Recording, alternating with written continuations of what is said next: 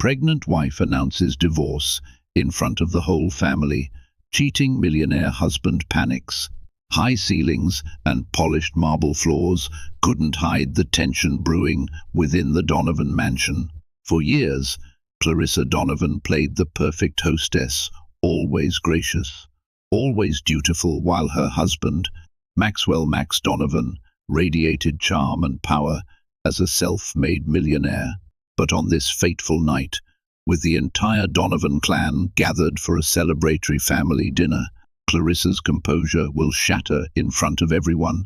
A single declaration, punctuated by the gasp of guests and the furious drumming of her own heart, will lay bare a devastating betrayal. In a matter of seconds, the public image of a golden couple will implode, and nothing will ever be the same. Maxwell Donovan was the pride of his family. Born to Thomas and Maria Donovan, caring parents who nurtured his early entrepreneurial spirit, Max excelled in school, sports, and social circles. By 25, he had launched his first successful tech consultancy firm. A series of savvy real estate deals and investments followed. Soon, he was not just wealthy, but recognized in high-powered circles across the state. Word of his achievements spread quickly, and the Donovans reveled in the limelight of having a self-made millionaire son. Clarissa Donovan, née Simmons, was an elegant counterbalance to Max's boundless energy. She was the daughter of Dr. Gabriel Simmons, a renowned cardiologist, and Lillian Simmons, an accomplished pianist. Clarissa grew up surrounded by music, academic discussions, and an emphasis on kindness above all else. She had studied business communications, and after graduation, she took a position at a rising tech firm, one of Max's earliest ventures. He noticed her calm intelligence and the way she carried herself with understated confidence. They soon fell into a whirlwind romance. Their wedding was the stuff of glossy magazine spreads, a lavish ceremony at the Redwood Country Club, surrounded by over 500 guests. Pictures showed Clarissa in a gown of delicate lace, radiant with hope, and Max beaming beside her. Their honeymoon in Tahiti became a social media sensation among their well-connected friends.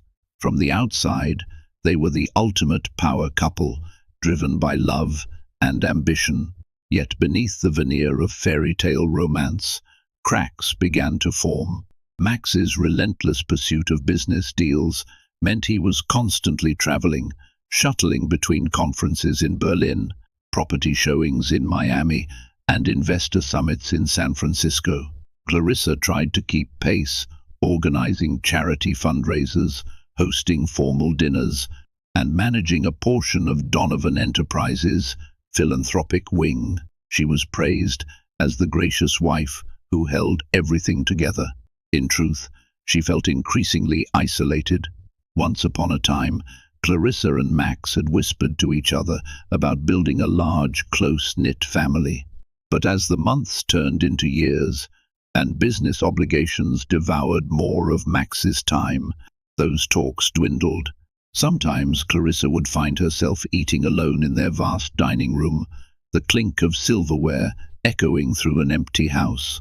Worse still were the lingering suspicions, late-night calls from unknown numbers, unexplained absences that Max shrugged off as last-minute deals, and the faint smell of perfume that was not hers on his suit jackets. Clarissa wanted to believe in the man she married, that he was honest and true. She clung to her faith in him, telling herself that no relationship was perfect and that she simply had to be patient. However, intuition can only be suppressed for so long. Deep in her heart, Clarissa knew something was very wrong. She could sense the truth creeping closer, threatening to shatter the illusion of perfection they had so carefully cultivated. Clarissa wasn't the only one who sensed the growing tension. Members of the Donovan family, especially Max's sister, Eleanor, noticed how Clarissa's smiles never quite reached her eyes anymore. Eleanor, a no-nonsense attorney with an instinct for reading people, confided in her fiancé, Mark Wilkerson, about the shift in Clarissa's demeanor. She suspected Max was hiding something, but she had no proof, and, frankly, worried about inserting herself into her brother's private affairs without solid evidence. Meanwhile, Clarissa's parents, Dr. Gabriel and Lillian Simmons, watched from the sidelines with increasing concern. They had always admired Max's drive and generosity. After all, he had set up a scholarship fund in their name, supporting underprivileged youths. Yet, they also saw how often Clarissa visited them alone, seldom mentioning Max unless prodded. Whenever Gabriel attempted to ask about her marriage, she'd deflect the question with a smile and a vague reassurance that everything's fine. Lillian, more intuitive, saw through these placations. She suspected heartbreak, but patiently waited for her daughter to open up. Behind closed doors, Clarissa wrestled with her growing suspicions. She tried to find logical explanations for Max's late-night phone calls. Maybe he was just dealing with overseas partners.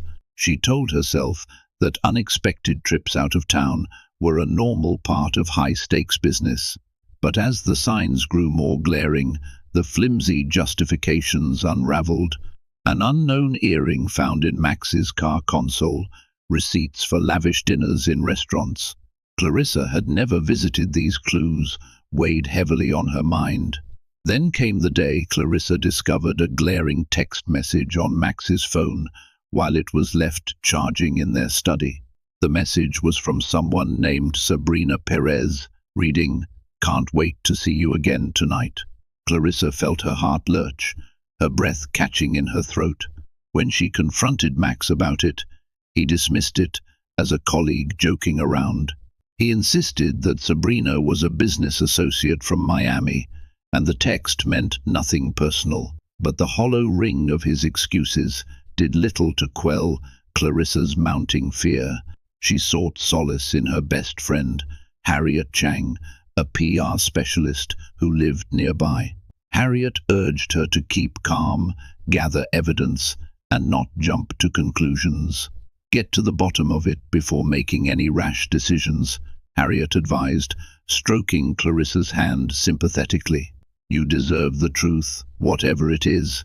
Despite Harriet's counsel, Clarissa's anxiety grew unbearable. She felt as though she were living a half-life, constantly questioning her reality, torn between loyalty to the man she loved and the gnawing suspicion that he was betraying her. Little did she know, a family gathering was on the horizon, one that would bring all her fears and the truth into devastating focus. The storm clouds were gathering, and Clarissa's heart told her a reckoning was inevitable.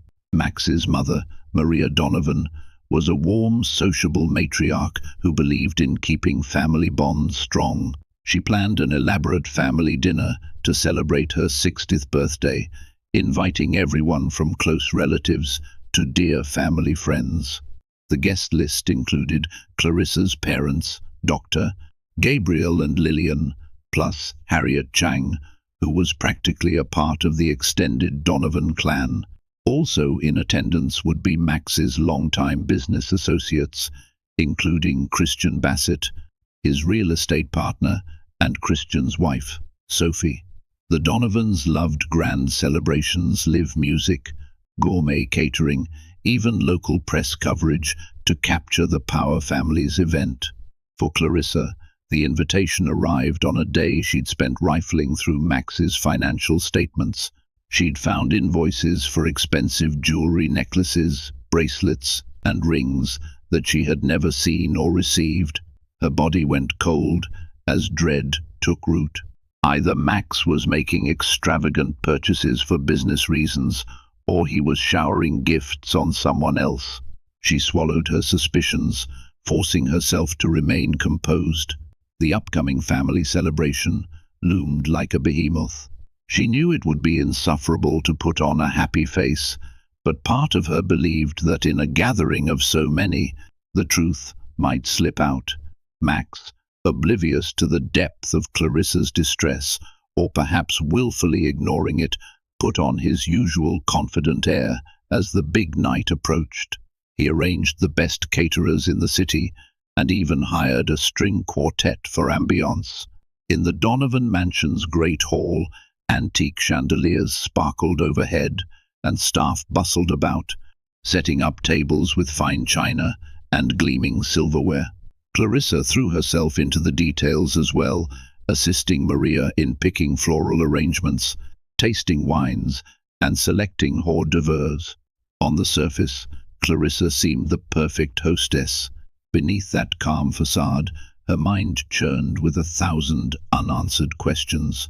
She'd glimpsed Max's phone again, seeing multiple calls and texts to Sabrina Perez. Each time, her heart sank further. Why was he doing this? Was their marriage nothing more than a facade for him? Or was he simply caught in some web he couldn't escape? A few days before the dinner, Clarissa confided her suspicions to Harriet over coffee in a chic cafe downtown. Harriet listened intently, occasionally shaking her head in dismay. "You need conclusive proof," Harriet said, her voice low yet firm. "I know you have your suspicions, the receipts, and those texts. But if you confront him publicly and he manages to spin it, you'll look like the paranoid wife. You need something undeniable." That night, Clarissa could hardly sleep. She pictured the grand dining table, a parade of impeccably dressed guests, and the moment when she would lock eyes with Max and realize she knew the truth. A part of her still hoped she was wrong. Maybe it was all one big misunderstanding, but her gut told her otherwise. Unbeknownst to Clarissa, events were aligning in a way that would force her hand. The family gathering would not pass quietly. It would become a stage upon which every secret, every lie, and every unspoken doubt would come crashing down in front of them all. Sabrina Perez was not just a random fling. She was a striking and ambitious woman with a fiery determination that matched Max Donovan's. Born to a working-class family in Miami, Sabrina had clawed her way up the social ladder. She started as a receptionist at a luxury condo development firm, then quickly learned the ropes of high-end real estate. Possessing charm and formidable negotiation skills, she eventually branched out to form her own small agency. That was how she met Max, a major investor in one of the properties she managed. Their business relationship was straightforward, at first working on deals, showings, and promotional events. But spark by spark, the lines blurred. Sabrina found in Max a mentor, a gatekeeper to a world of limitless opportunity. Max, in turn, was drawn to her ambition and undeniable magnetism. Late-night strategy sessions over dinner evolved into flirtation. Before either of them fully grasped it, they had tumbled into an affair. Sabrina knew Max was married, yet she justified the relationship as part of the cutthroat environment of high-end real estate. She told herself that if Max wasn't happy in his marriage, who was she to stand in the way of his pursuit of something more fulfilling? Over time, however, Sabrina began to suspect that she was just another conquest for him. Max never spoke of leaving Clarissa, never introduced Sabrina to his social circle. He gifted her jewelry, took her to exclusive hotels, and offered sweet words of affection. But Sabrina noticed how carefully he hid her from every public aspect of his life.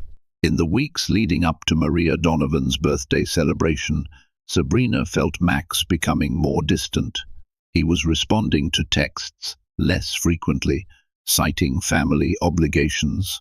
Whenever they met, she sensed a tension in him. One night, in a luxurious penthouse suite overlooking the ocean, she finally confronted Max. "You're pulling away," she accused, crossing her arms. "We used to talk every day, see each other whenever we could. Now you're busy all the time." Max looked away, vaguely ashamed. "There's a big family event coming up," he said, running a hand through his hair. "It's stressing me out. My mom's 60th birthday dinner. It's a big deal, and I have to be there." It's not the right time to cause waves. Sabrina pursed her lips. And what happens after this dinner? Are we going to keep doing this dance forever? You either want me in your life, or you don't. I'm tired of being a secret. Max sighed, evading her piercing stare. We'll talk about it after the party, he promised. I just need you to understand that my family is very traditional. Springing this on them, it's complicated. Despite her misgivings, Sabrina allowed herself to believe him, at least for the moment. She told herself that she was on the verge of something bigger, a new life with Max. Little did she know that fate was about to intervene in a way none of them could have predicted, forcing every buried truth out into the open. With the date of Maria Donovan's birthday celebration drawing near, the Donovan estate bustled with controlled chaos. Florists streamed in and out, carrying crates of peonies, hydrangeas, and roses. The catering team delivered supplies from dawn until dusk, and decorators draped the mansion in tasteful arrangements of silver and cream fabrics. A harpist and a string quartet rehearsed quietly in the expansive living room, their melodies drifting through the corridors. Clarissa supervised much of the setup, but her mind was elsewhere. Her eyes were distant, her thoughts laced with anxiety.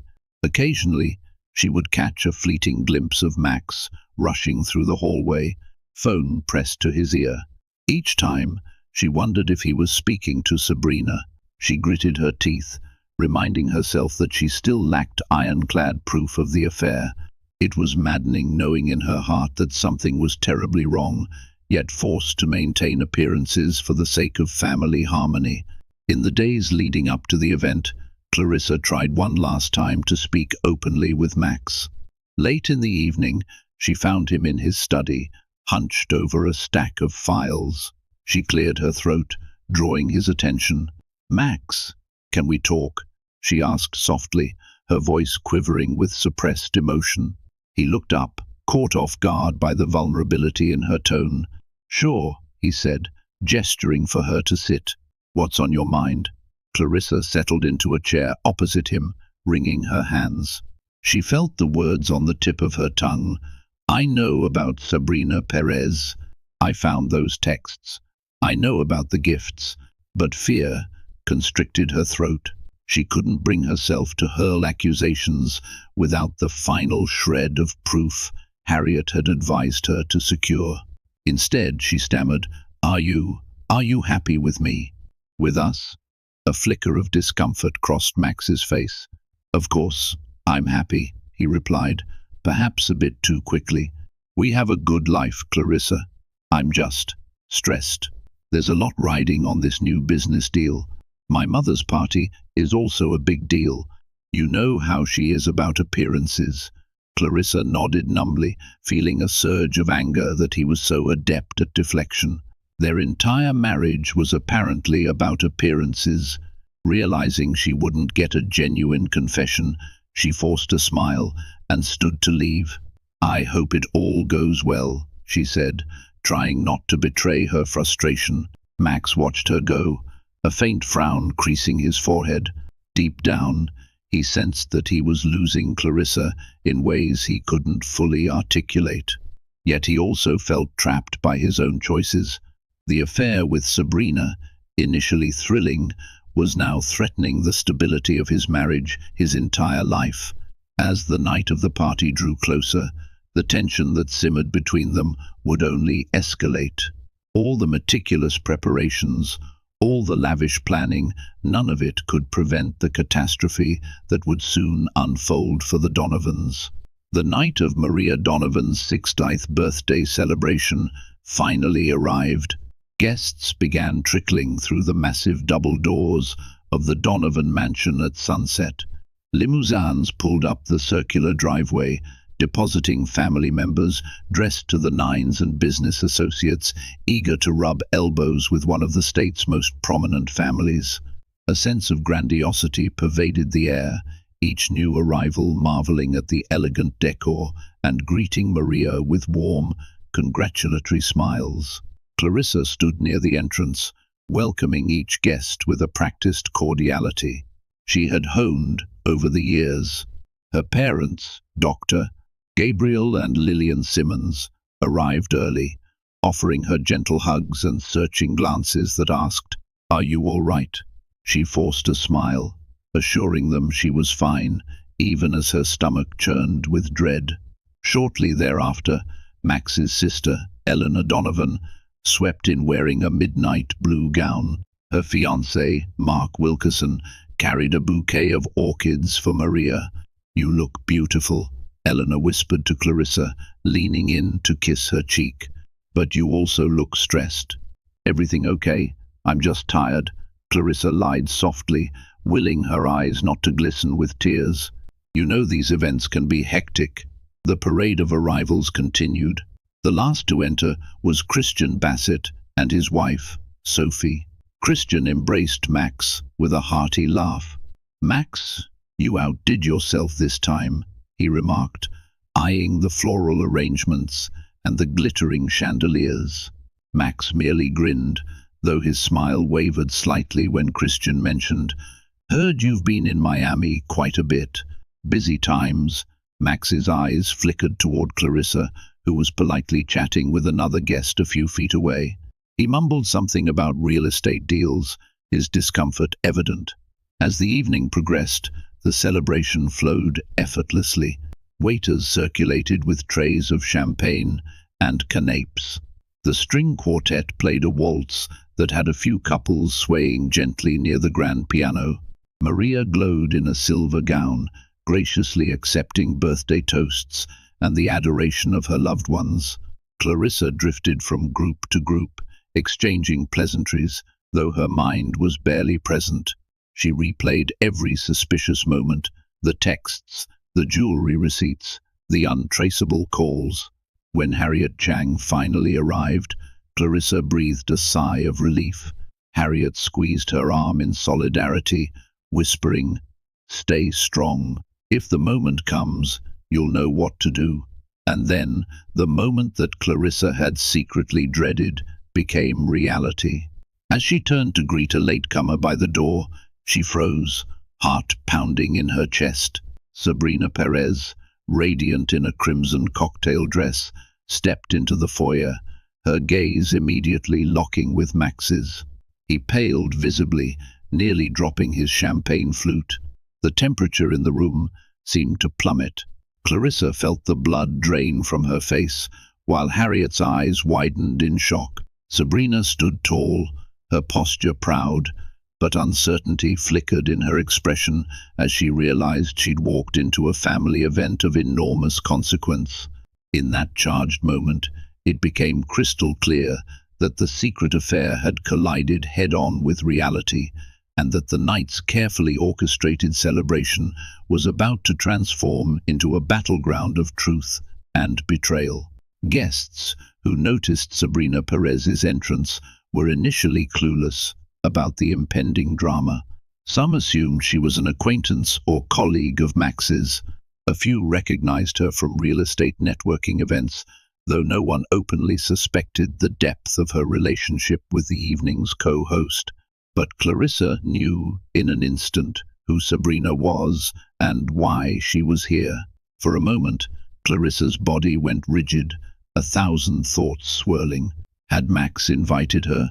Did she come unannounced? Across the room, Max looked like a cornered animal. His eyes darted between Sabrina, Clarissa, and his mother Maria, who was chatting happily with other guests. The music played on, an incongruous melody underscoring the sudden tension. Sabrina's gaze swept the grand hall, taking in the opulence. Her confidence faltered slightly under the appraising stares. Summoning her composure, she strode forward, stopping just a few feet away from Clarissa. Harriet Chang, sensing the mounting tension, took a subtle step closer to her friend. Clarissa's voice trembled as she finally spoke. "Good evening," she said, forcing the most polite tone she could manage. "I don't believe we expected you tonight." Sabrina lifted her chin, pushing aside her nerves. "I didn't realize this was such a private family gathering," she replied, her words carefully measured. "I was under the impression this was a more inclusive celebration. I apologize if I've intruded." Max approached swiftly, placing himself between the two women. "Sabrina, this is my wife, Clarissa," he said, a hint of desperation in his voice. Then, turning to Clarissa, he continued, "She's one of my business associates from Miami. We've been working on some deals together." Clarissa's gaze flickered to him, noting the strain in his features. She forced a tight smile. "Of course. Well, pleased to meet you," she said. Inside, her heart felt like it was about to hammer its way out of her chest. "This woman dares show up at my mother-in-law's birthday party." Sensing the awkward atmosphere, Harriet intervened, offering Sabrina a glass of champagne from a passing waiter. "So, Sabrina," Harriet began, "what brings you to the city? Strictly business, or do you have family here as well?" Before Sabrina could answer, Maria Donovan approached, curious about the newcomer. "Max, dear, who is this young lady?" Maria asked graciously. Max swallowed hard. "Mother, this is Sabrina Perez, a contact from my Miami projects. She heard about the party, I suppose, and decided to stop by." Maria gave a polite nod. "Always glad to meet a friend of my son. Enjoy yourself." Clarissa wanted to scream at the absurdity of it all. A friend? A business associate? She clenched her fists, feeling the intensity of the moment spiking her adrenaline. Every nerve in her body itched to confront them both, right then and there. But she knew that a public scene would irreversibly tarnish Maria's big night, and so she swallowed her rage, resolving to keep her composure. For the remainder of the cocktail hour, Clarissa watched warily as Sabrina moved through the crowd, occasionally exchanging tense glances with Max. It was as though every piece of Clarissa's suspicion was falling into place, painting a vivid, damning picture. The real question was, how long could she endure this charade before she finally snapped? Dinner was announced shortly thereafter, and guests took their places at the extravagantly set tables in the mansion's opulent dining room. Each table gleamed with crystal, silverware, and elaborate centerpieces of white roses. Clarissa found herself seated at the head table, next to Max, with Maria Donovan at the center. Sabrina, to Clarissa's silent outrage, ended up at a nearby table within direct line of sight. The first course arrived, an artfully plated lobster bisque. Conversation buzzed around the room, but Clarissa barely touched her food. Every so often, she caught Sabrina gazing at Max, and her husband returning furtive glances filled with tension. Clarissa's temples pounded with every subtle exchange they thought no one else noticed.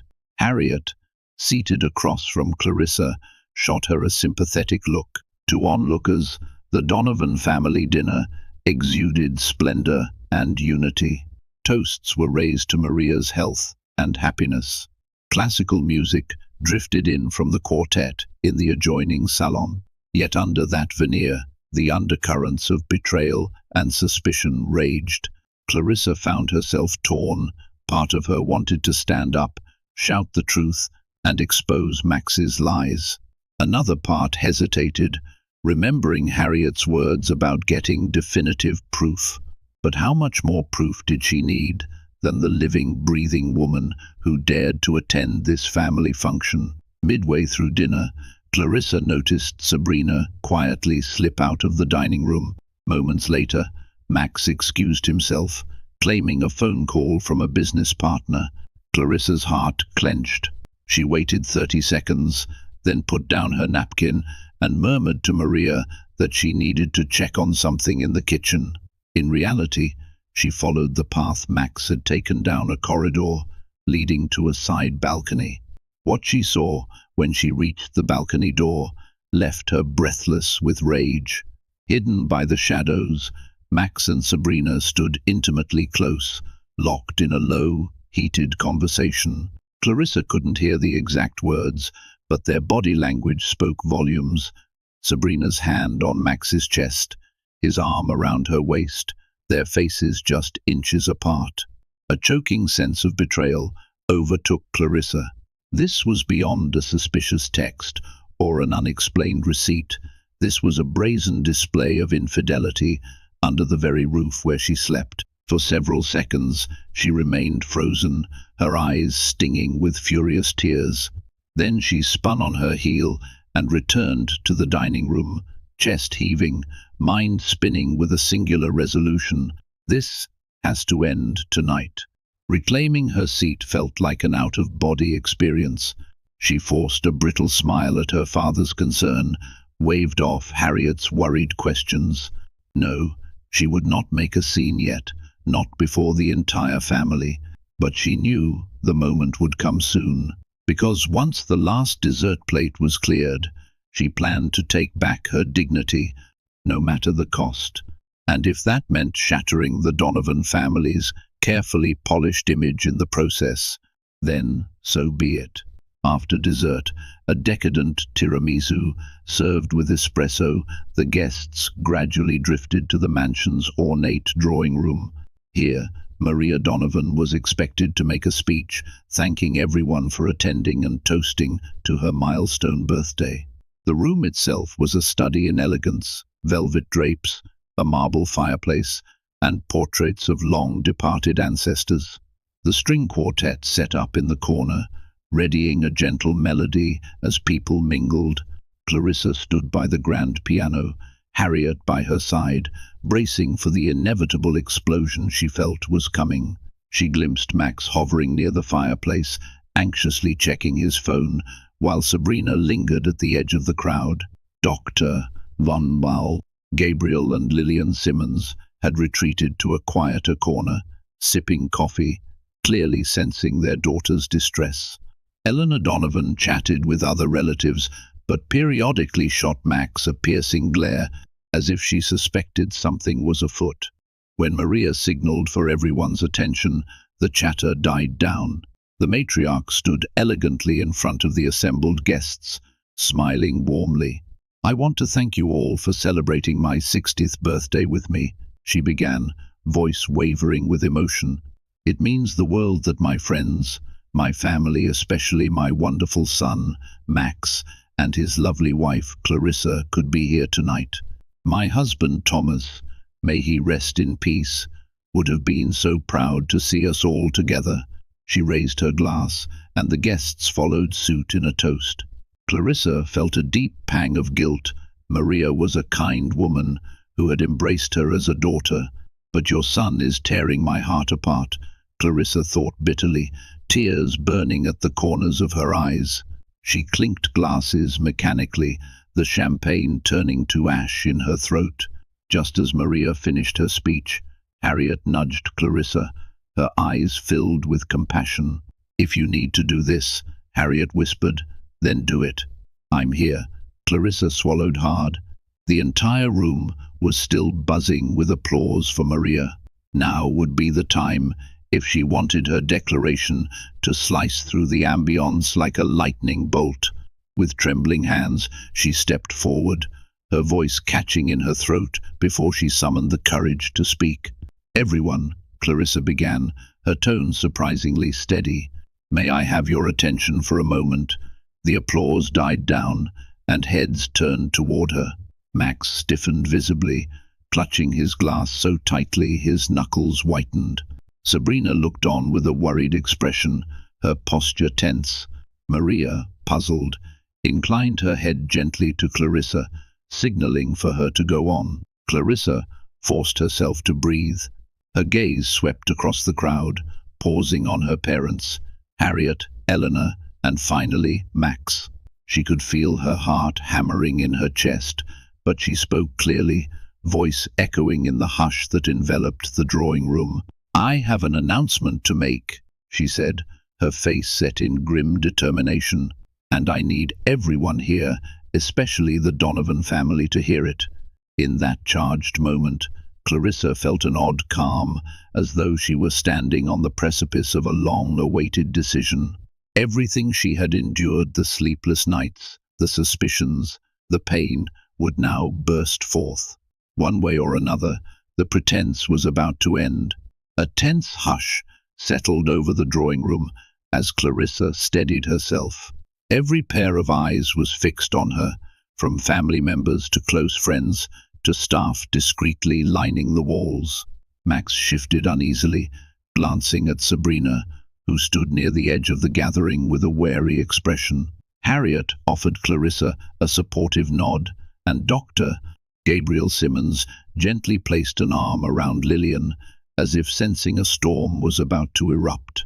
Clarissa's voice rang out, surprisingly firm. "First, I want to say how much I care for this family, my in-laws, my dear mother-in-law Maria, and all of you who have become part of our lives. But I can't continue to pretend everything is fine when it isn't." She paused, swallowing the lump in her throat.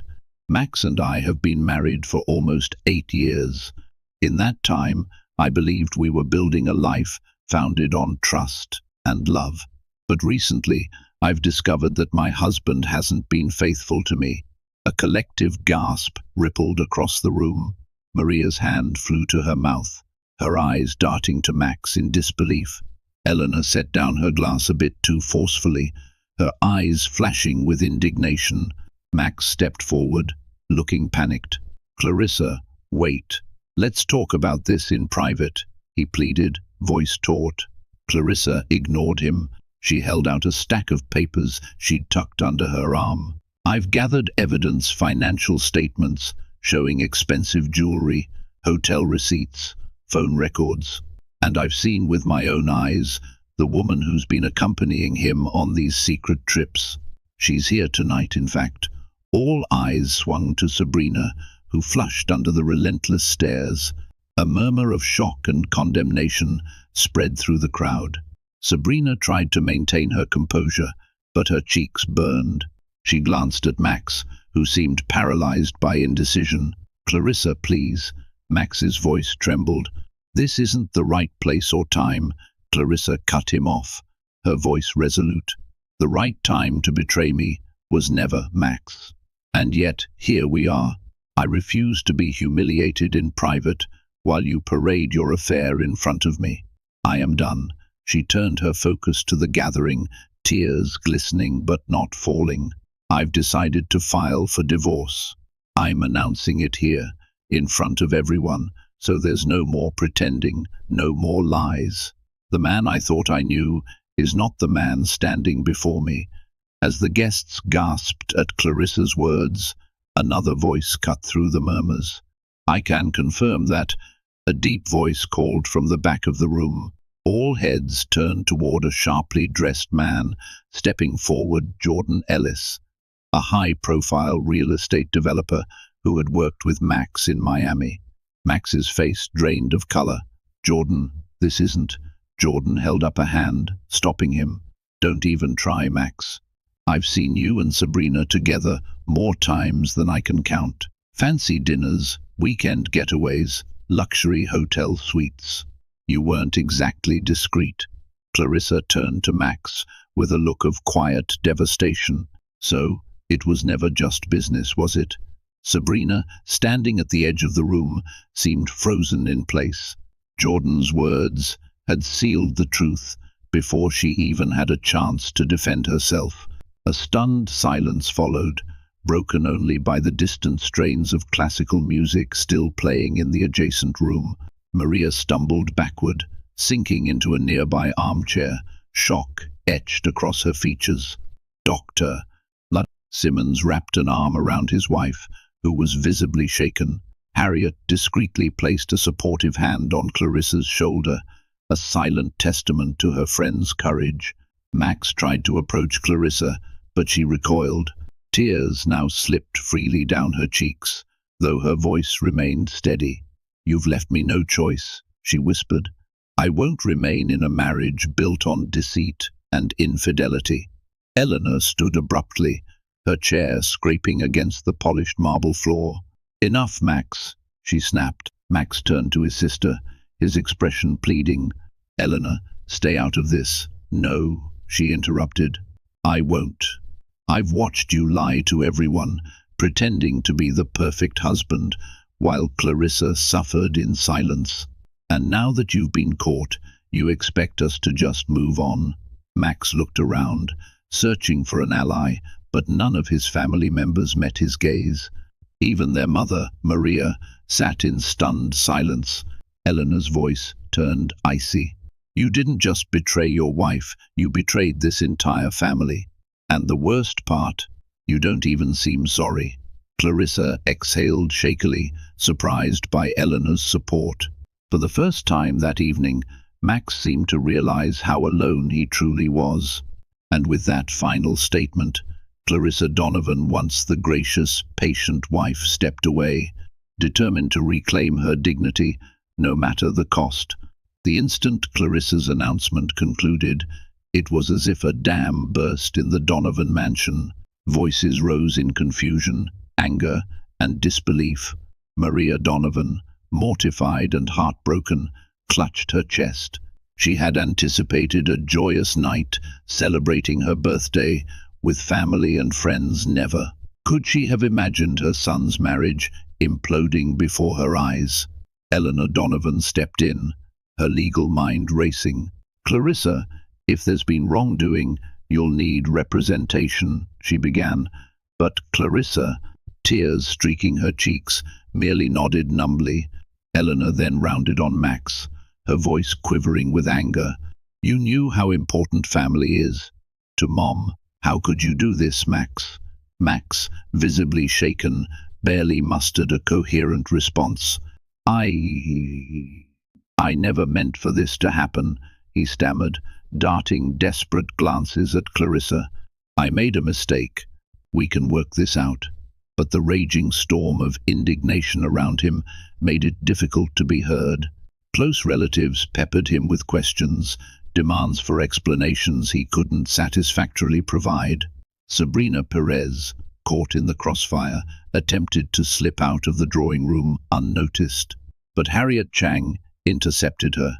"Leaving so soon?" Harriet asked pointedly, eyes narrowing. As whispers filled the room, Sabrina's phone vibrated in her clutch. She hesitated before glancing at the screen. "Unknown number. I miss you, baby. Can't wait to see you again. Last night was unforgettable." Her heart stopped. Last night. She had been with Max just 2 nights ago. She quickly typed back, "Who is this?" The reply came instantly. "Funny. What? That's what I should be asking you." Sabrina's fingers trembled as realization sank in. Max wasn't just unfaithful to his wife, he was playing her too. She looked up at him, her anger boiling over. "You son of a bitch," she whispered. Clarissa caught the exchange and raised an eyebrow. "Something wrong, Sabrina?" For the first time that night, Sabrina had nothing to say. Sabrina flinched under Harriet's gaze. I didn't realize the severity of this situation," Sabrina muttered. "I'll go." Harriet let her pass, but not without a look that clearly conveyed her contempt. Meanwhile, Dr. Gabriel Simmons approached his daughter, wrapping her in a protective hug. Clarissa sobbed against her father's shoulder, her adrenaline-fueled composure finally breaking. Lillian Simmons rubbed her daughter's back, whispering reassurance. Harriet hovered close by, offering tissues and moral support. Maria Donovan struggled to regain her composure enough to intervene. "Please, everyone," she said, her voice cracking. "This is a private matter. Let's not turn it into a spectacle." But it was too late. The spectacle had already begun. Some guests excused themselves hurriedly, eager to escape the uproar. Others lingered in shock, unsure how to react, or whether their presence was still welcome. Amid the chaos, Max attempted to approach Clarissa again. This time, Dr. Simmons stepped between them. "Now is not the moment," he warned, voice stern, eyes cold. "My daughter has made her position clear." "Clarissa, please," Max implored, trying to sidestep her father. His face was a portrait of panic. "We can go somewhere private and talk. I can explain." Clarissa stood resolute, her tears subsiding into weary acceptance. "There's nothing to explain," she replied in a trembling voice. "You've shown me who you are, and I believe you." She turned away, seeking solace in Harriet and her mother's presence. In the corner of the room, Sabrina was already gone, leaving only a hushed trail of scandalized whispers in her wake. For Maria, the night was an absolute nightmare, her birthday overshadowed by betrayal. And for Clarissa, it was the first step toward reclaiming her sense of self, even if that step came wrapped in heartbreak and public humiliation. In the days following the catastrophic birthday celebration, the Donovan mansion felt like a mausoleum. The once gleaming corridors were hushed, the staff tiptoeing around a family in ruins. Maria Donovan, shaken to the core, had sequestered herself in her private suite. She refused visitors except for a small circle of confidants, nursing a shattered heart that grieved not only her ruined birthday, but also the public dismantling of her son's marriage. Max withdrew into his study, making frantic calls to Clarissa's phone calls that went straight to voicemail. He left pleading messages, alternating between apologies and declarations of love, hoping to salvage something from the wreckage. But Clarissa had moved out, seeking refuge with her parents. She needed distance from a household that now symbolized betrayal and broken dreams. Eleanor took charge of damage control. She advised her mother to lay low until the media storm passed. While the event was meant to be private, enough guests from high society had witnessed the drama that rumors spread like wildfire. The Donovans' closest circles buzzed with speculation. Some criticized Clarissa's timing, while others lauded her courage for standing up for herself. The Donovan brand, once untarnished, now stood on precarious ground. As for Sabrina Perez, she received a barrage of calls from tabloids and gossip bloggers hungry for a headline. Feeling cornered, she issued a single statement through a hired PR rep, claiming she had no intention of disrupting any marriage and was misled about the nature of the relationship. She quickly returned to Miami, hoping that physical distance would offer her some reprieve. But her real estate connections took a hit. No one wanted to risk associating with the woman who'd become the poster child for an affair that rocked a prominent family. Clarissa, meanwhile, found solace in her childhood bedroom, where memories of simpler times flooded back. Dr. Gabriel and Lillian enveloped her in unconditional love, providing the emotional sanctuary she desperately needed. Harriet visited often, bearing food, compassion, and gentle encouragement. "You've done the hardest part," Harriet reminded Clarissa. "You confronted him. You can move forward now on your terms." At her parents' urging, Clarissa reached out to a highly regarded divorce lawyer, Susan Delgado. In their initial consultation, Susan commended Clarissa for her bravery and laid out the legal steps to finalize the separation. "You have options," Susan explained. "We can pursue a fault-based divorce if you want to establish infidelity on the record, or keep it no fault to expedite proceedings. Your evidence is strong. The question is how public you want this fight to be."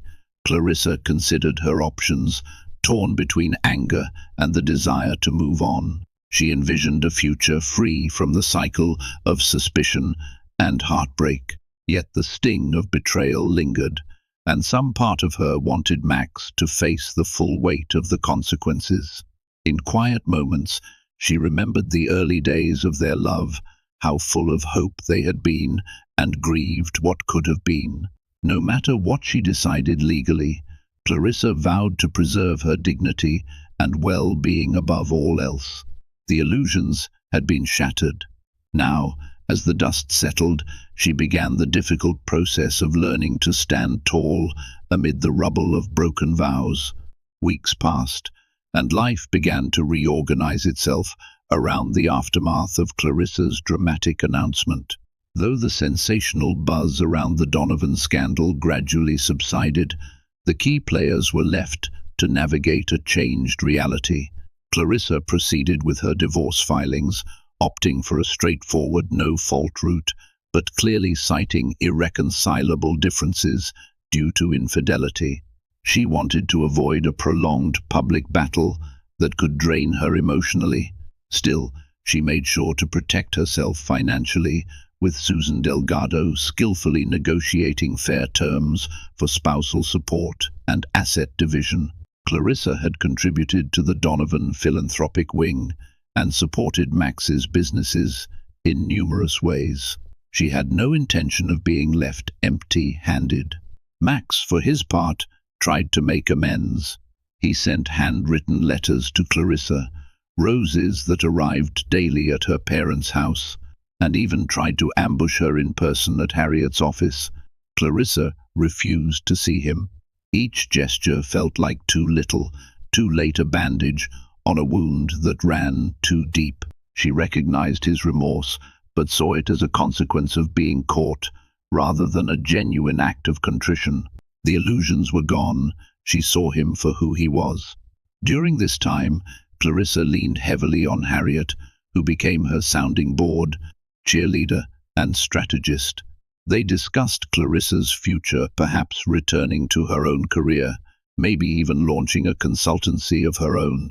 Freed from the constant pressure to uphold the Donovan name, Clarissa felt flickers of excitement about her newfound independence. She had visions of traveling, of living life without needing permission or approval from anyone. At the Donovan mansion, Maria slowly recovered from the shock. She reached out to Clarissa by phone, apologizing tearfully for Max's actions and lamenting that her birthday celebration ended in disaster. Clarissa, still fond of Maria, spoke with compassion but kept emotional distance. As much as she cared for her mother-in-law, she needed to focus on her own healing. Sabrina Perez remained in Miami, her professional reputation scorched. Rumors circulated that her real estate deals were falling through. Despite her initial bravado, she found herself increasingly isolated. Calls to Max went unanswered. He, too, bore resentment toward her for appearing at his mother's party and accelerating the downfall of his marriage. Their fling ended not with fireworks, but with a slow, bitter fade into regret. With the legal process moving forward smoothly, Clarissa faced the final settlement signing with a newfound sense of peace. Dr. Simmons and Harriet accompanied her to Susan Delgado's office, where she affixed her signature to the divorce documents. That's it, she thought, simultaneously relieved and nostalgic for the young bride she once was, filled with hope and belief in forever. In the crisp morning light that followed, Clarissa stepped out onto the steps of the law firm and inhaled deeply. The sun's rays felt warm on her face, illuminating a path forward. No longer shackled by deception, she could begin again on her own terms. And though the heartbreak was real, so too was the promise of a future unburdened by lies, a future in which Clarissa Donovan, newly unbound, would rediscover her strength, her passion, and, one day, perhaps, her capacity for love once more. Sometimes the most dazzling lives hide the most devastating secrets. Clarissa's choice to announce her divorce in front of the entire Donovan family was more than a moment of heartbreak. It was a declaration of self-worth and an end to living under a shroud of deceit. Max, once confident in his ability to juggle both his marriage and an affair, discovered too late that betrayal carries a steep price. In the aftermath, every character faced a reckoning that forced them to reevaluate not just their relationships, but their own identities. If you found yourself swept into the tumultuous currents of this story, show your support by hitting like, sharing it with friends, and subscribing to our channel. Your engagement helps us continue bringing you gripping dramas filled with emotion, conflict, and the powerful resilience of the human spirit. Thank you for watching, and remember, sometimes the only way forward is to face the truth head-on and choose yourself in the process. Millionaire takes mistress to an expensive concert, but pregnant wife catches them in the act. Power can be intoxicating, driving us to chase desires we once believed were out of reach. In the glittering heart of Manhattan, real estate tycoon Richard Harrington appeared to have it all: unparalleled wealth, a penthouse nestled among the most prestigious addresses on the Upper East Side, and a gentle wife, Evangeline, who was carrying his first child. Yet, beneath that sheen of success, Richard's restless heart yearned for danger he could not name. In a single night, everything he'd built would begin to crumble. It happened at Madison Square Garden, during a sold-out Beyoncé concert, when Evangeline discovered his brazen deceit in front of countless onlookers. From the outside looking in, Richard Harrington's ascent to wealth was the stuff of fairy tales. Born to middle-class parents in a modest Queens neighborhood, he had turned a knack for spotting undervalued properties into a lucrative real estate enterprise by his early 30s. While friends back home saw him as unstoppable, the truth was that he'd labored under extraordinary pressure for years. He was always chasing bigger projects: skyscraper deals near Times Square, high-end condominiums overlooking Central Park, investment partnerships with international financiers. That relentless pursuit had paid off handsomely. By the time he turned 41, he commanded respect and admiration from every corner of the industry. He was the wonderkind who struck gold every time he staked a claim. In closed-door meetings, he demonstrated remarkable instincts for risk-taking, sealing contracts that others believed impossible. Yet, those who worked with Richard noticed a more unsettling trait. There was always an undercurrent of restlessness beneath his polished exterior. While publicly he boasted about his latest victory, privately he spoke about the next big conquest he needed to undertake. His board members offered praise for his ambition, but they whispered among themselves that he rarely seemed satisfied. His personal staff watched him pace his office at odd hours, phone glued to his ear, searching for the next high-stakes endeavor that might finally placate the void within. In the midst of this grinding pursuit, Richard met Evangeline at a gala for philanthropic donors to the Metropolitan Museum of Art. Born into a family of quiet affluence, Evangeline possessed a warmth that drew him in instantly. She offered him respite from the deal-making frenzy that had come to define his life. Her intellect, grace, and understated confidence grounded him. When they dated, she showed him corners of New York that weren't about profit margins: an old bookstore in the village, a small museum dedicated to local history, a hidden cafe where jazz trios still played. With her, life felt calmer, more meaningful. Their marriage was a grand affair in a cathedral draped with orchids, covered in every society column. Some attendees joked that the union signaled Richard's final step into genuine upper-crust respectability. Evangeline's maternal instincts shone through from early on. She volunteered at charities for children, adored her nieces and nephews, and spoke fondly of starting her own family. When she announced her pregnancy, Richard publicly rejoiced, praising Evangeline as the pillar of his personal life. Privately, though, he experienced pangs of anxiety. What would fatherhood demand from him? Could he still chase the heady excitement of business expansions and high-stakes deals if he had to anchor himself at home? Those questions gnawed at him in the late hours. Before the pregnancy, he and Evangeline had spent evenings strolling along the riverside, sharing quiet confessions about their hopes.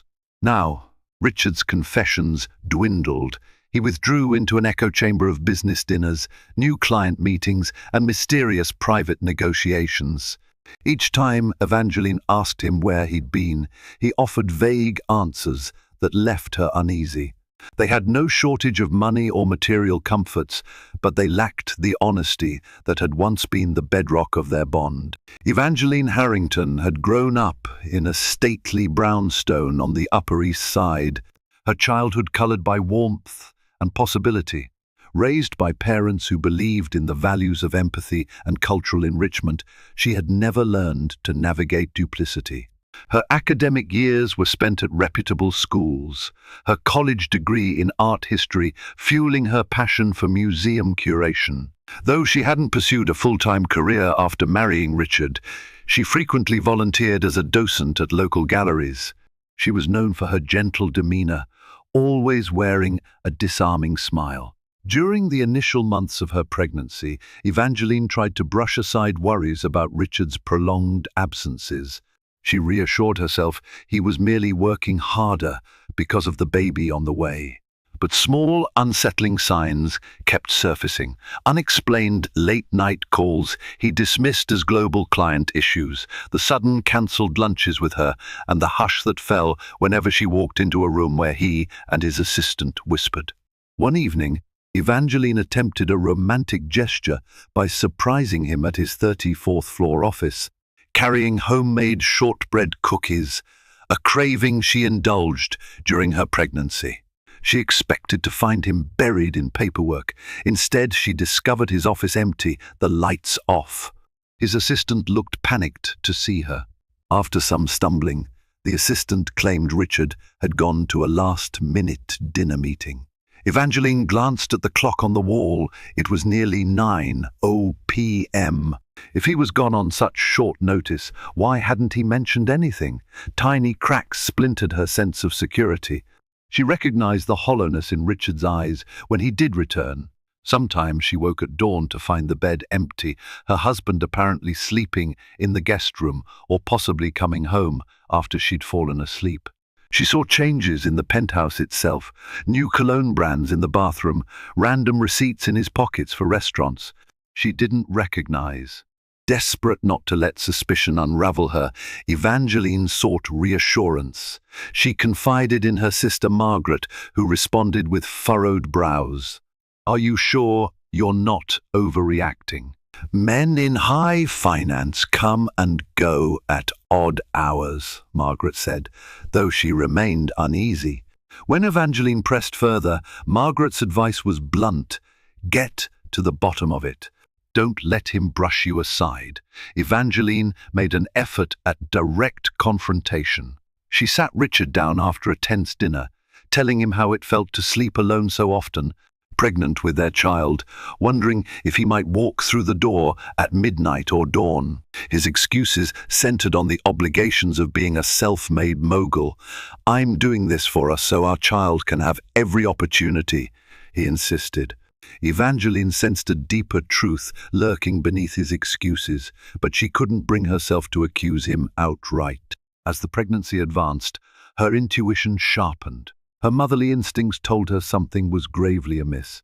Though she kept up the facade of the supportive wife, searching for nursery furniture and comparing baby names, Evangeline knew the structure of their marriage was weakening.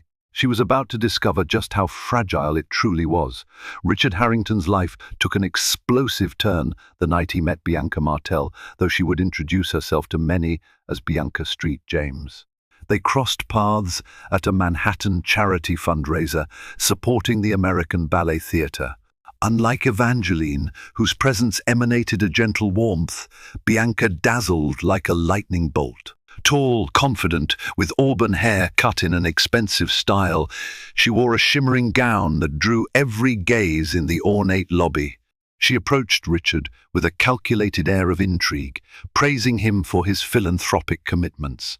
At first, he assumed she was just another socialite scrounging for wealthy investors.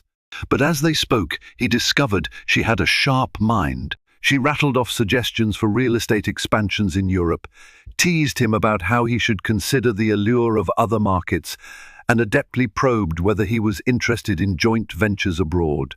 There was electricity between them, fueled by mutual curiosity and something more primal. Bianca revealed a background in property development overseas, claiming she had the connections to open doors in Monaco and street Barts. Richard, simultaneously impressed and unnerved, exchanged business cards. It was, ostensibly, just networking. Soon after, Bianca invited him to a sleek cocktail lounge in Tribeca to discuss potential collaborations. Over top-shelf whiskey, she regaled him with stories of foreign investors who craved a piece of the Manhattan skyline. She complimented his risk-taking spirit, casting him as a visionary. Their conversation blurred the line between professional and personal. Before the night ended, they had shared an unabashed kiss in the back of her town car. In the following weeks, Bianca's presence crept into Richard's life like a luxurious, slow poison. She texted him at odd hours, sending flirtatious messages about future conquests, both financial and physical. He rationalized that it was purely business with an entertaining twist. Each time he accepted her invitations, though, he stepped closer to emotional betrayal. Richard discovered a new thrill in her company, a rush reminiscent of his early days in real estate when every deal felt like a gamble. Bianca seduced him, not just with her body, but with her portrayal of him as unstoppable, powerful, deserving of more than a predictable marriage. While Evangeline carefully planned baby showers and checked pediatric appointments, Richard found himself sneaking away to late-night dinners with Bianca in hushed, dimly lit private booths. Those stolen moments with Bianca left him both exhilarated and guilty. He had promised Evangeline the world. Now, he was giving pieces of himself to someone else. The flicker of shame never entirely left him, but the impetus to feed his restlessness overrode any moral hesitation. He told himself it was harmless, a quick fling, a temporary aberration. He would handle any fallout. Yet the fallout would turn out far beyond his control. Evangeline's world tilted on its axis when an acquaintance, a polite but tactless socialite named Candace, dropped a hint at a weekend luncheon. "So, dear, did Richard have a good time at Bemelman's bar on Thursday?" Candace asked over a delicate slice of chocolate torte. Evangeline paused, not recalling any mention of Bemelman's. "He was in late meetings, I believe," she replied, puzzled. Candace's expression flickered, realizing she might have overstepped. "Oh, perhaps I'm mistaken," she murmured, turning her attention to the dessert. But the discomfort in her eyes told a different story. That evening, Evangeline confronted Richard. He shrugged off the suspicion. "I did step into Bemelman's for a quick drink with a potential investor," he said. "Didn't think it was important enough to mention." A version of the truth, maybe, but Evangeline felt the tension under his words. Her doubts solidified after an online gossip column published a blurry photo of Richard stepping out of a private car with a woman whose face was partially obscured. The caption read, "Prominent NY developer Richard Harrington spotted with mystery companion." Granted, tabloids love to spin ordinary events into scandals, but Evangeline couldn't ignore the mounting signs. One especially painful close call occurred on a bright Tuesday afternoon when Evangeline finished a prenatal checkup and realized she still had time to meet Richard for lunch. She sent him a quick text, but he didn't respond. On a whim, she decided to surprise him at a restaurant near Bryant Park, a place they once frequented together. Walking through the glass doors, Evangeline scanned the room, feeling her heart seize when she glimpsed the back of a man who appeared to be Richard. Seated with him was a stunning woman with fiery auburn hair. They were chatting intently, leaning closer than two mere colleagues would. Before Evangeline could step forward, the pair abruptly rose from the table and exited through a side door. She only caught a partial glimpse of Richard's profile as he walked away. In that fleeting moment, she recognized an intimacy in his posture, a gentle hand resting on the small of the woman's back, the hush of their exchanged words. A nauseating dread filled Evangeline. She ducked into the restroom, heart pounding, tears pricking at her eyes. Though she had no definitive proof, her intuition told her that her husband was entwined with a mistress, a conclusion that felt like a blade twisting in her chest. Bianca was nothing if not audacious. The seeds of her bold plan were sown when she discovered she had a connection who could land front row. VIP tickets to Beyoncé's sold-out show at Madison Square Garden. These tickets were arguably the hottest commodity in New York, a city that was no stranger to star-studded events. Thousands of fans scrambled for even the worst seats in the nosebleed section. But Bianca aimed high, expecting a night of glitz, paparazzi, and the thrill of flaunting her powerful lover in public. One evening, in her minimalist Soho loft strewn with fashion magazines, Bianca draped herself across a white leather chaise. She presented the ticket envelope to Richard with a mischievous grin. 2 front-row seats, plus backstage passes, she purred. You and me, living it up at the show. Richard tensed at the suggestion. Public events meant the risk of recognition.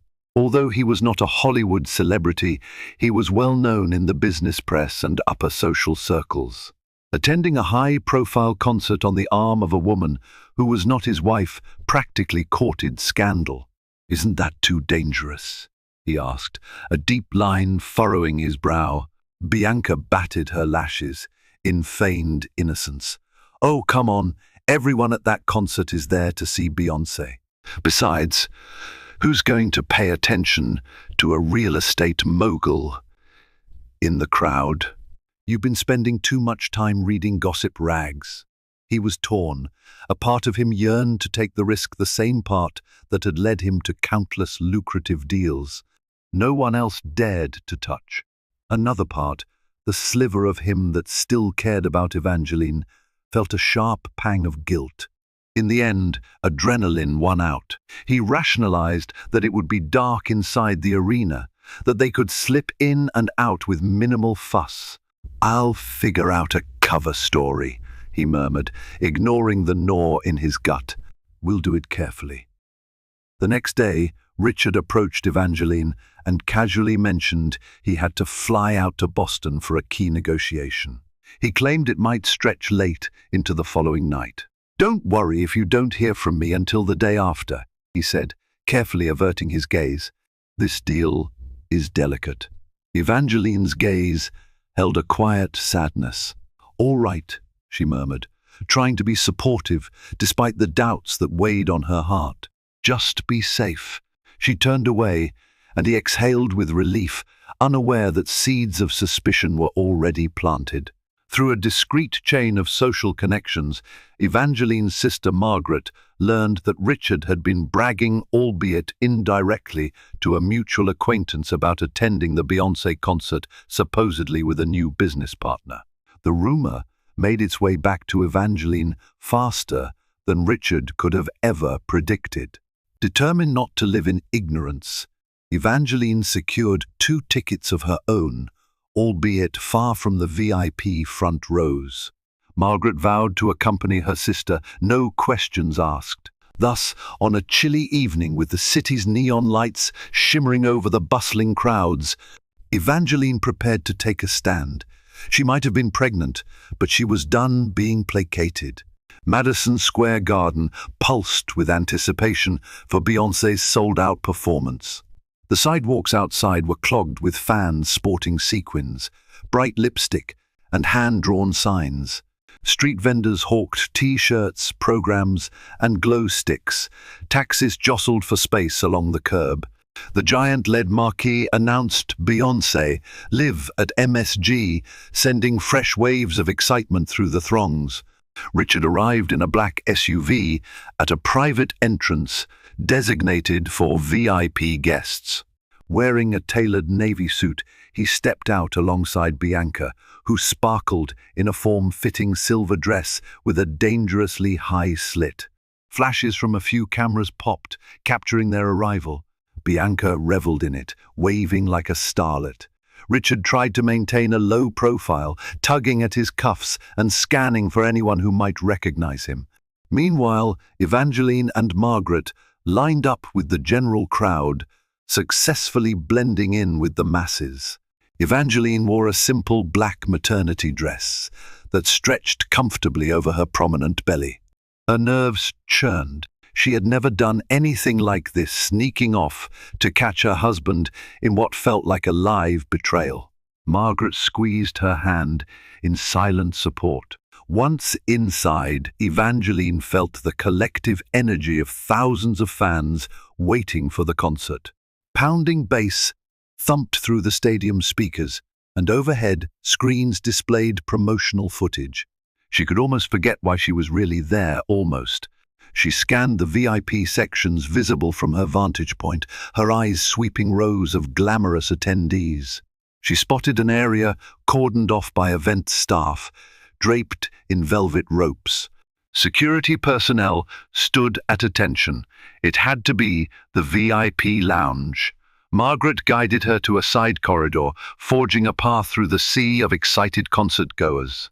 She whispered, "We'll find a way in." Holding Evangeline's elbow to steady her, Margaret approached the lounge entrance. A security guard frowned at their tickets, shaking his head. "Sorry, ladies, this area is exclusive. You'll have to return to your seats," he said, not unkindly. Margaret, fierce in her dedication to her sister, lowered her voice. "Look, my sister is pregnant, and we have a personal matter with someone inside. Could you please make an exception?" "Just for a few minutes." She slid a folded bill discreetly into the guard's palm. He hesitated, casting a glance around to ensure no one noticed, then nodded curtly. 5 minutes, that's it." Evangeline felt her heart thunder as they slipped past the barrier. The lounge had subdued lighting, plush chairs, a private bar, and large screens broadcasting the pre-show. She spotted well-dressed couples, a sprinkling of celebrities and business magnates. Near the far end, she recognized Richard's tall frame, facing away from her. Her pulse galloped. Bianca was leaning against him, laughter playing on her lips. She wore a diamond necklace that glinted under the ambient light. From their body language alone, it was obvious they were more than colleagues. The final blow came when Bianca trailed her fingertips over Richard's lapel, murmuring something that made him smirk. Evangeline didn't need to see more. She cleared her throat, stepping forward with trembling courage. "Enjoying the concert atmosphere, Richard?" she asked, her voice slicing the hush like a blade.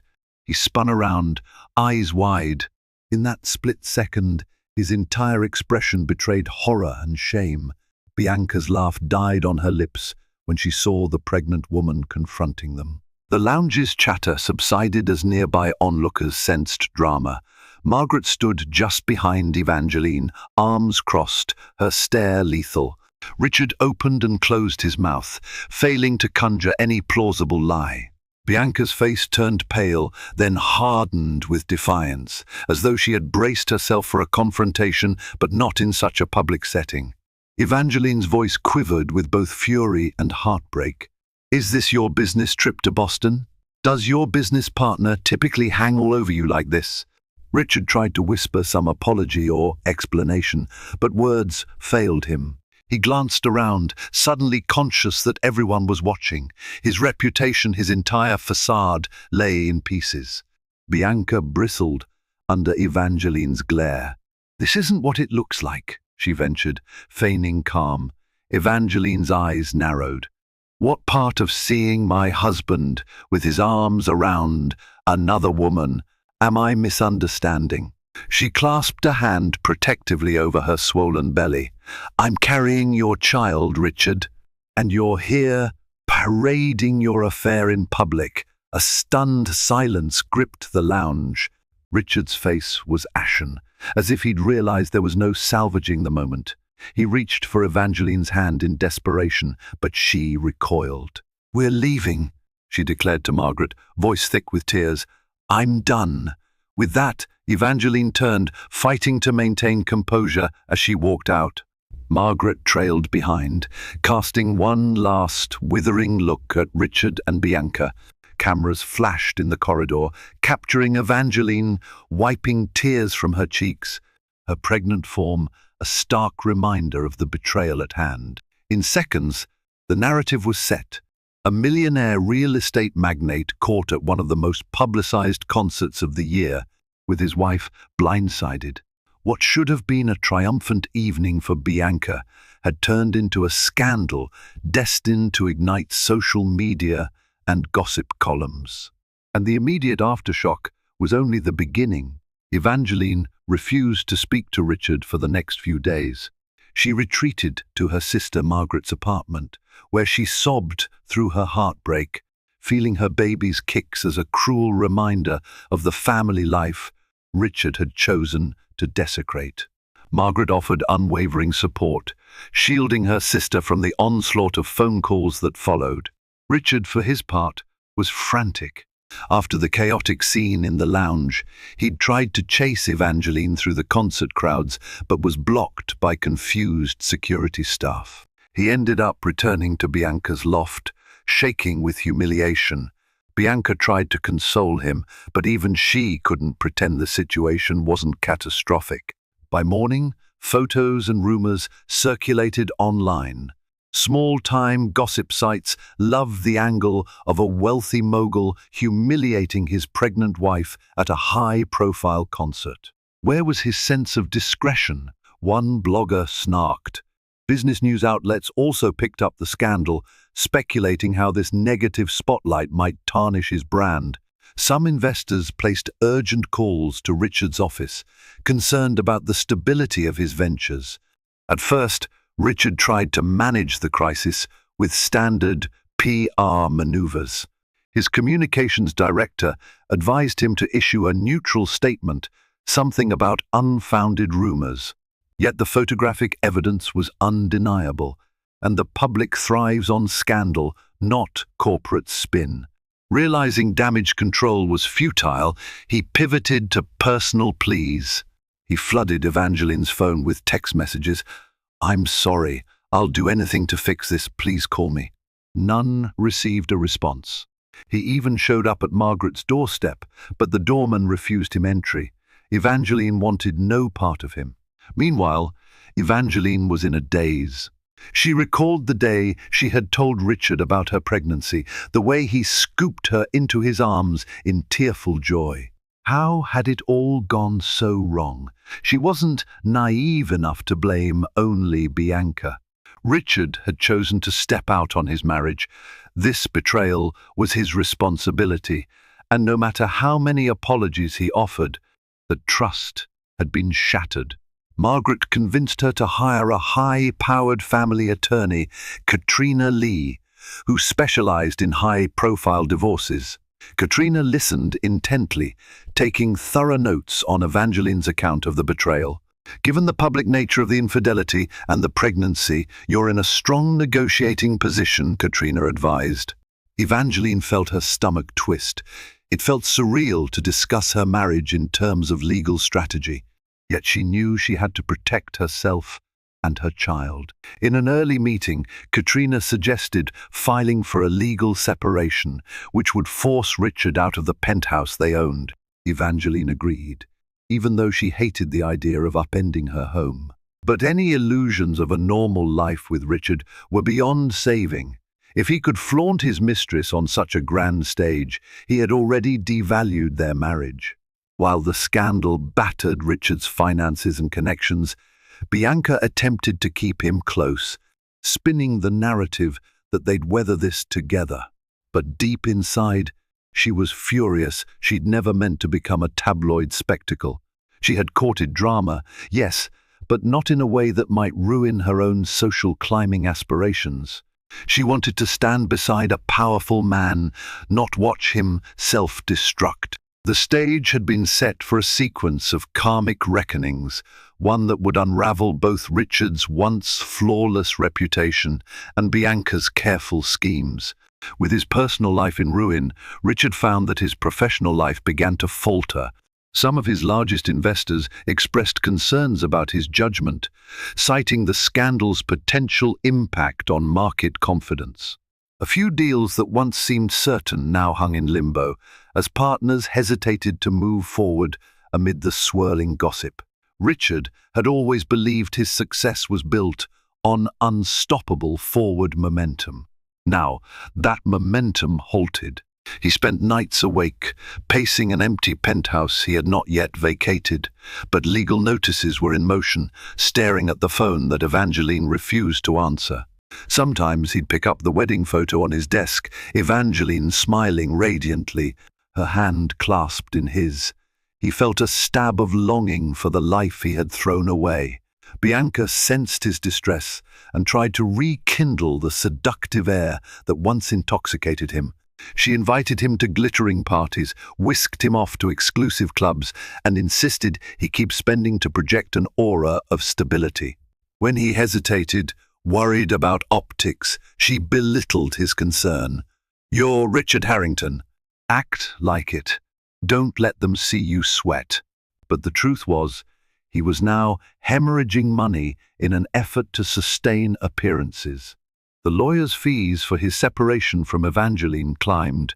PR consultants charged exorbitant rates to craft statements that might ease the damage. The more Bianca urged him to flaunt wealth, the more he felt weighed down by anxiety. In a pivotal argument, Richard snapped at Bianca for the first time. "This isn't some game. I'm facing real losses, losing the respect of my peers.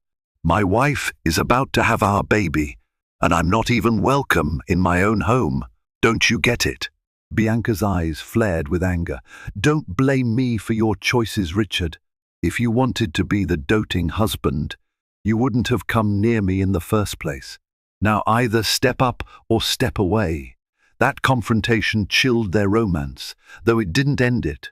They continued a strained arrangement, both unsure how far they could trust each other. Meanwhile, in the background, Evangeline moved forward with the separation. Katrina helped her file motions that demanded Richard vacate the penthouse within a month. She also laid the groundwork for a substantial financial settlement, citing the unborn child's needs. Though it pained Evangeline to rely on legal might, she recognized that the man she once adored was gone.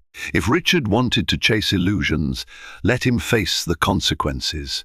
She would focus on the well-being of her child, who kicked more vigorously each day, as if reminding her that a fresh chapter lay ahead.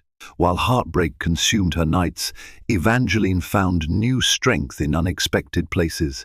Margaret, who had been a constant support, introduced her to an online forum of mothers who had navigated divorces and toxic relationships. Reading their stories gave Evangeline perspective. She realized she wasn't alone, that many women had rebuilt lives far more stable and joyous after escaping betrayal. She also plunged into preparations for the baby's arrival. She used a portion of her inherited funds to rent a cozy apartment in a building near her favorite art gallery, smaller than the penthouse, but brimming with light and warmth. She painted the walls of the nursery a soft lavender, placing a simple white crib in the corner. Every brushstroke felt like she was reclaiming her autonomy, forging a life that didn't revolve around Richard's whims. Her obstetrician, Dr. Patel, noticed the shift. During checkups, Evangeline radiated a calmer energy. She spoke about the future with a measured optimism, though tears sometimes glistened in her eyes if asked about her husband. Dr. Patel encouraged her to maintain low stress, reminding her that emotional well-being was crucial for a healthy delivery. Evangeline joined a prenatal yoga class where she met other soon-to-be mums, forming friendships that affirmed she could thrive in single motherhood. Meanwhile, her sister Margaret helped finalize baby shower arrangements, carefully limiting the guest list to those who wouldn't push or gossip about Richard. The event was modest but heartfelt, featuring pastel decorations, gifts of tiny clothes, and hand-stitched blankets. Evangeline felt a pang whenever the conversation drifted to fatherhood, but she smiled graciously, reminding herself that her baby had plenty of love waiting. As the weeks ticked closer to her due date, Evangeline no longer jumped at the sound of her phone, hoping it was Richard. She'd accepted that whatever apologies he might offer would not be enough to mend the damage. If someday he proved worthy as a father, she would consider letting him into the child's life, but never again on the same terms. She owed that to herself and to her future as a strong woman who refused to be defined by a man's failures. Richard's unraveling accelerated when a crucial investor walked away from a high-end construction project in Tribeca. The news hit his desk mere days after Evangeline's legal documents demanded he leave the penthouse. He found himself increasingly powerless, watching as once loyal associates turned cold. Doubting his leadership, they questioned whether personal drama had made him unreliable. He tried to quell the fires. He organized frantic phone calls, scheduled desperate lunches to reassure clients that he remained the savvy businessman they had always known. But the media optics weighed heavily. An infamous paparazzo photo showed Bianca stepping out of Richard's penthouse building early one morning, eyes hidden behind oversized sunglasses, fuel for those who already believed he was ignoring his wife in her final trimester.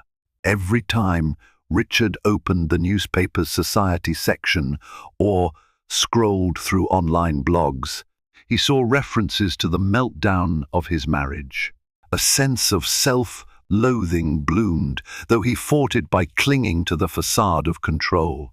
He even tried therapy at the urging of a friend, but after 2 sessions, he abandoned it. Unwilling to break through his own defenses, Bianca proved increasingly volatile. She demanded that Richard purchase her pricey gifts, limited edition jewelry, a new sports car to demonstrate that he was still committed to their lifestyle. When he hesitated, citing financial caution, she grew resentful. It struck him then that their relationship was built not on love, but on illusions of grandeur. One night, Bianca confronted him about his constant brooding. "If you're so miserable, why don't you just cut ties and go beg your wife to take you back?" she mocked.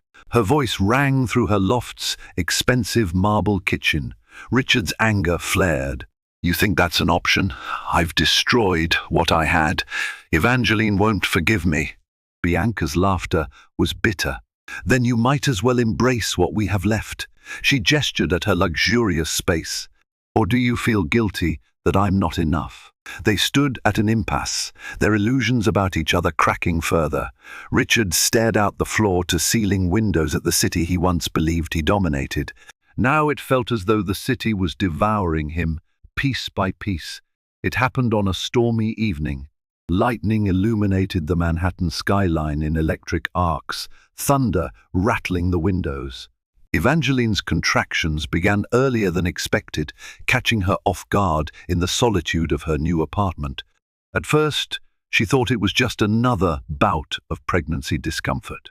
But the pain escalated quickly, each wave longer and sharper. She called Margaret, who rushed over in a swirl of worry, then dialed for an ambulance when she realized Evangeline could barely stand upright without gasping. Within minutes, paramedics arrived, guiding Evangeline onto a stretcher and whisking her through rain-slicked streets to the nearest hospital. Halfway to the hospital, Margaret decided, however she felt about Richard, he deserved to know his child was on the way. She dialed him, her voice tense. "Evangeline's in labor, Lenox Hill Hospital. It's early, but the baby's coming. If you want to see your child born, get there now." She hung up before he could respond. Richard, who had been brooding alone in his rapidly emptying penthouse, felt his heart lurch. For months, he had envisioned this moment under entirely different circumstances, Evangeline by his side, the two of them preparing as a loving couple. Now, it felt like an open wound. Dropping everything, he grabbed a coat, dashed into the hallway, and flagged the first taxi he saw. At the hospital, he arrived drenched from the downpour, adrenaline surging. A nurse pointed him toward the maternity ward, where he found Margaret pacing. She shot him a look filled with bitterness and worry. "Don't upset her," Margaret warned, but she didn't try to stop him. Evangeline was in active labor, sweat plastering her hair to her forehead, her face contorted with pain. Doctors and nurses surrounded her. When she spotted Richard in the doorway, her breath hitched, whether from anger, heartbreak, or relief, he couldn't be sure. Then another contraction tore through her, and she let out a cry, refocusing on the immediate battle of bringing a child into the world. Cautiously, Richard approached, murmuring, "I'm here if you need me." She didn't respond, but she allowed him to hold her hand for a moment. Her grip tightened like a vise as the contractions built. He felt tears blur his vision. Everything else in his life, money, scandal, illusions, melted away at that instant. The labor was intense, but mercifully not prolonged. Within an hour, a piercing newborn wail filled the hospital room. The medical staff gently placed a tiny, wriggling baby girl on Evangeline's chest. Evangeline sobbed with exhausted joy, cradling the delicate life in her arms. Even Margaret had tears shining in her eyes. Richard stood by the bedside, overwhelmed by awe and guilt, glimpsing his daughter's tiny fists, the newborn's quivering lips. He reached out a trembling hand. For a moment, Evangeline allowed him to touch the baby's forehead. Their eyes met, her gaze held heartbreak, but also an indescribable mixture of relief and maternal protectiveness. That fleeting moment of unity ended quickly. A nurse stepped in to handle post-delivery checks, and Richard stepped back, suddenly unsure of his place. Evangeline turned away, focusing solely on the infant. He knew that, while he had witnessed a miracle, any chance of reclaiming Evangeline's heart was far from guaranteed. Evangeline and her baby, named Sophia, spent the next few days in the hospital for observation. Margaret remained a constant presence, handling phone calls and ensuring Evangeline had whatever she needed. Despite everything, Evangeline allowed Richard short visits, though their conversations remained minimal. Her attorney, Katrina, visited once Evangeline had recovered enough for a calm discussion. It was time to finalize the process of separation and possibly divorce. The baby's arrival prompted immediate questions of custody, child support, and living arrangements. Evangeline had no desire to sever Richard from Sophia entirely, but she insisted on conditions that guaranteed she and the baby would not be drawn into his chaotic life. Richard, for his part, stood at the threshold of an agonizing choice. He could fight to maintain some semblance of his old empire, or prioritize his daughter and accept legal compromises that might break him financially. The significance of fatherhood had ignited something in him. For once, he saw that losing more money might be a small price to pay if it meant forging a genuine relationship with Sophia. When Evangeline was discharged, she chose to return to her own apartment. She made it clear to Richard that he was not welcome to drop by unannounced. The first time he visited to see Sophia, he arrived with a bouquet of lilies and baby gifts, only to find Evangeline guarded but polite. She allowed him a short window to hold the baby, instructing him on how to support her head. A nurse she'd hired lingered in the background, a silent chaperone ensuring the baby's well-being. The moment he cradled his daughter, Richard felt something shift within. He realized, belatedly, the depth of his mistake in trading paternal devotion for an affair that had crumbled anyway. Bianca was still in the picture, but their relationship had deteriorated. She demanded lavish attention he could no longer afford to provide. They argued often, each blaming the other for the fiasco that had befallen them. In the following weeks, under heavy emotional strain, Richard decided to end things with Bianca for good. He told her that his priority was now salvaging the shards of fatherhood he had left. Bianca responded with scorn, calling him weak, telling him she had no desire to remain tethered to a man whose fortunes were in decline. That night, Richard packed a suitcase from Bianca's loft and left, unsure where he would stay next. Karma was rearing its head, requiring him to confront all the illusions he had built. His empire was smaller, his finances under siege, and he was perched on the outside of a family he might never fully reclaim. Yet he realized, ironically, that this clarity was the first honest step he had taken in years. Bianca Martel, alias Bianca Street, James had not expected to crash and burn so spectacularly. She found her social connections evaporating as the scandal around the concert continued to swirl. No philanthropic committee wanted to be associated with her. Invites to exclusive gatherings dried up. She was rumored to be courting wealthy European men now, hoping to latch onto another source of status. A final blow came when the funds from a questionable real estate investment she had orchestrated vanished, forcing her to liquidate many of her high-end possessions. Richard cut all ties, refusing to be manipulated further. In time, her name became a cautionary footnote among the city's upper crust, the affair that helped ruin a once powerful figure's marriage. For Evangeline, however, life steadily improved. She found contentment in caring for her daughter, and her sister Margaret remained a rock by her side. With her attorney's guidance, Evangeline and Richard drafted a formal custody agreement. He would have supervised visitation rights at first, given the chaotic circumstances. Over time, if he demonstrated responsibility, they could expand that arrangement. Richard liquidated some properties to cover a generous child support settlement. The man who once flaunted an empire now lived in a modest apartment and drove a sedan instead of a luxury car. Some might have viewed that as tragic, but in the long run it saved him from the endless cycle of pretension he had endured. Sophia grew quickly, each milestone a tiny miracle: her first smile, her first laugh, the ability to grip Richard's finger. Though Evangeline had not forgiven him in a romantic sense, she did recognize that he was at least striving to be present for Sophia. Sometimes she caught glimpses of regret in his eyes that mirrored her own heartbreak. In therapy sessions, he resumed, Richard confronted the emptiness that had led him to sabotage his life.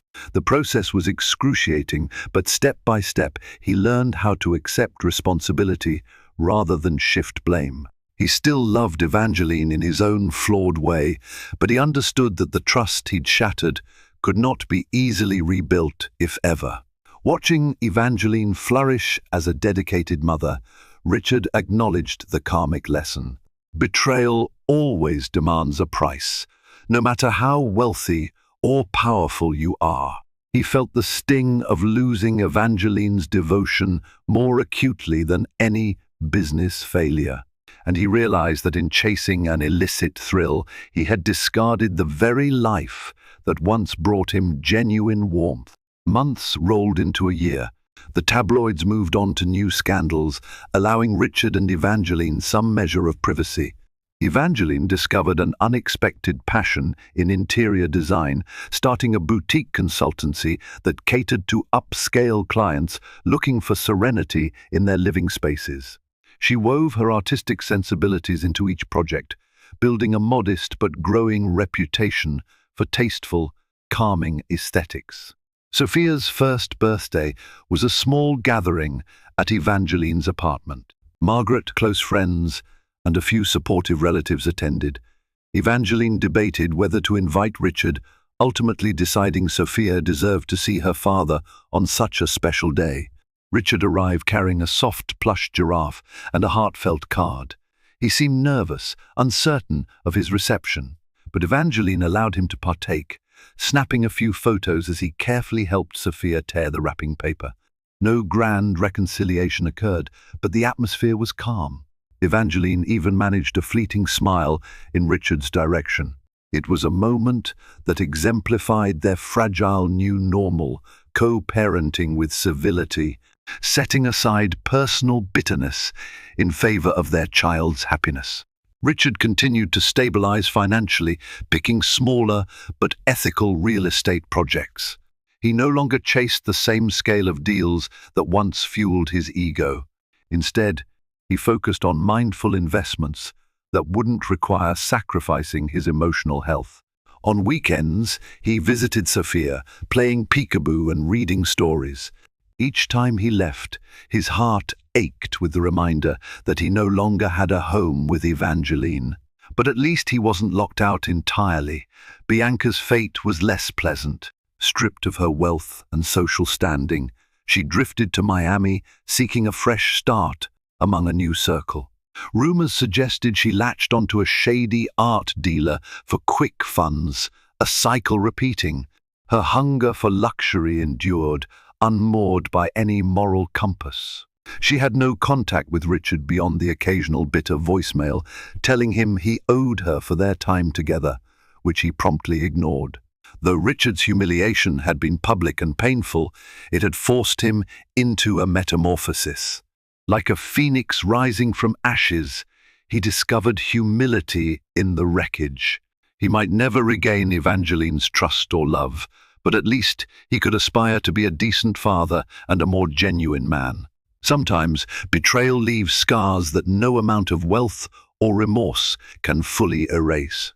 Richard Harrington learned this lesson in the rawest possible way. By indulging in a reckless affair, flaunting his new companion at an iconic Beyoncé concert in Madison Square Garden, he tore apart the marriage he once prized and lost the respect of the city that had celebrated him. Evangeline, stunned by the public humiliation, realized her strength in motherhood, forging a new home for herself and their daughter.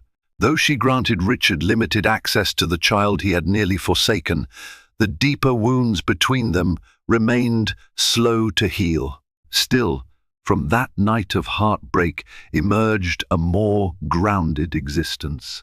Evangeline built a thriving design career, and Richard rechanneled his talents into honest work, shorn of the illusions that once drove him.